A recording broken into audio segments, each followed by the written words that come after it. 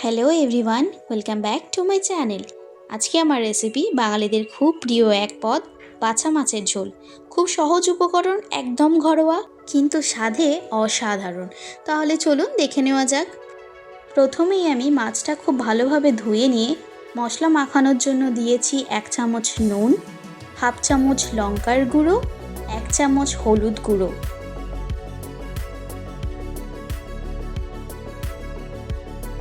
এবার মশলাগুলো মাছের গায়ে আমি খুব ভালোভাবে মাখিয়ে নেব।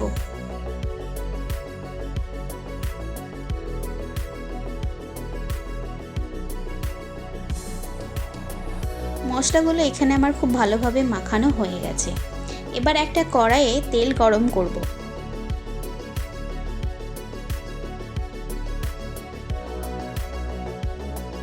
এবং ওই তেলের ওপর একটা একটা করে মাছ দিয়ে খুব ভালোভাবে ভেজে নেব।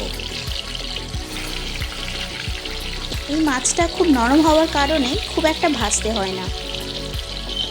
আমি এখানে মাছগুলো একবার এপিট ওপিট করে ভেজে নিয়েছি। মাছগুলো আমার এখানে ভাজা হয়ে গেছে। এবার একটা কড়াইয়ে কয়েকটা চেরা কাঁচা লঙ্কা দেবো এবং দুটো মিডিয়াম সাইজের পাতলা করে কাটা পেঁয়াজ দিয়ে পেঁয়াজটা একটু ভেজে নেব। পেঁয়াজটা আমার এখানে ভালো মতো ভাজা হয়ে গেছে। এবার 2 চামচ আদা রসুন বাটা দিয়ে আরেকটু নাড়াচাড়া করে নেব। এখানে আমি একটা মিডিয়াম সাইজের টমেটো পেস্ট করে নিয়েছি। এবার ওই পেস্টটা পেঁয়াজের উপর দিয়ে খুব ভালোভাবে নাড়াচাড়া করে নেব। এবার আমি মশলার জন্য দেবো 1 চামচ হলুদ গুঁড়ো, হাফ চামচ লঙ্কার গুঁড়ো, 1 চামচ জিরে গুঁড়ো দিয়ে খুব ভালোভাবে মশলাটাকে একবার কষিয়ে নেব।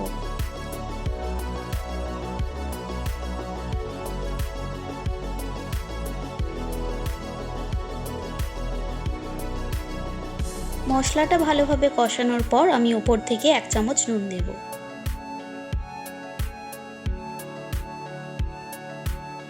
আরও একবার খুব ভালোভাবে নাড়াচাড়া করার পর আমি 1 কাপ মতন জল দিয়ে ফুটতে দেব।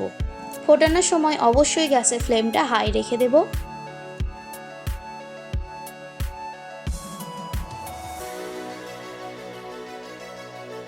এখানে জলটা খুব ভালো মতন ফুটে গেছে। এবার এক এক করে আমি মাছগুলো দিয়ে 5 মিনিটের জন্য লো ফ্লেমে ফুটতে দেব।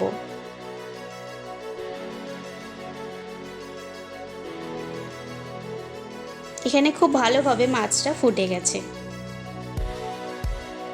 এই তো হয়ে গেল একদম সুস্বাদু বাছা মাছের ঝোল। কেমন লাগলো অবশ্যই আপনারা কমেন্টে জানাবেন। আমার ভিডিও যদি আপনাদের ভালো লেগে থাকে তাহলে please like, share and hit the subscribe button. Thank you for watching.